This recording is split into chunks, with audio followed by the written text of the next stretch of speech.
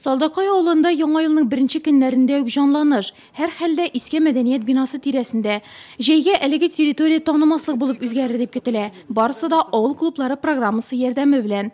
Салдакайда быел клуб юклыгына 30 ел булды.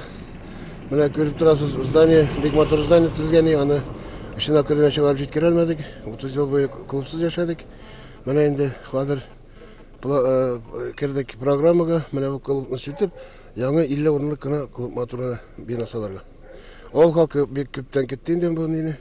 Без аны бу сүзне уже бәйрәм кебек кабул иттек.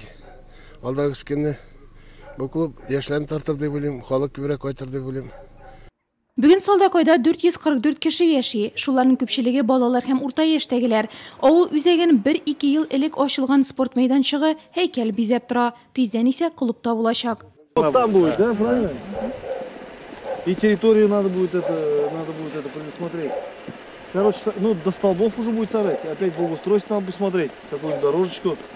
Район җитәкчесе белгечләр белән бергә киләчәктә Нурлатның агросәнәгать паркы урнашачак мәйданына да карап узды. Ул Әфганчылар микрорайонына терәлеп торачак. Рябиновый урамында урнашачак объект әлегә проектта. Яңа елда Урта Камышлы авылда яңа объектлы булыр дип көтелә. 2017 ел азагында капиталь ремонттан соң ачылган балалар бакчасы янәшәсендә үк авыл җирлеге бинасы урнашачак. Вода вот рядом. Газ есть, тут есть. Газ есть, все есть. А это все убрали, что ли, вы уже, да? Все убрали уже, все. Бу агымдагы елда сафка басачак объектларның берничәсе генә. Республика программалары нигезендә быел да Нурлат торак пунктларының йөзе шактый үзгәрәчәк.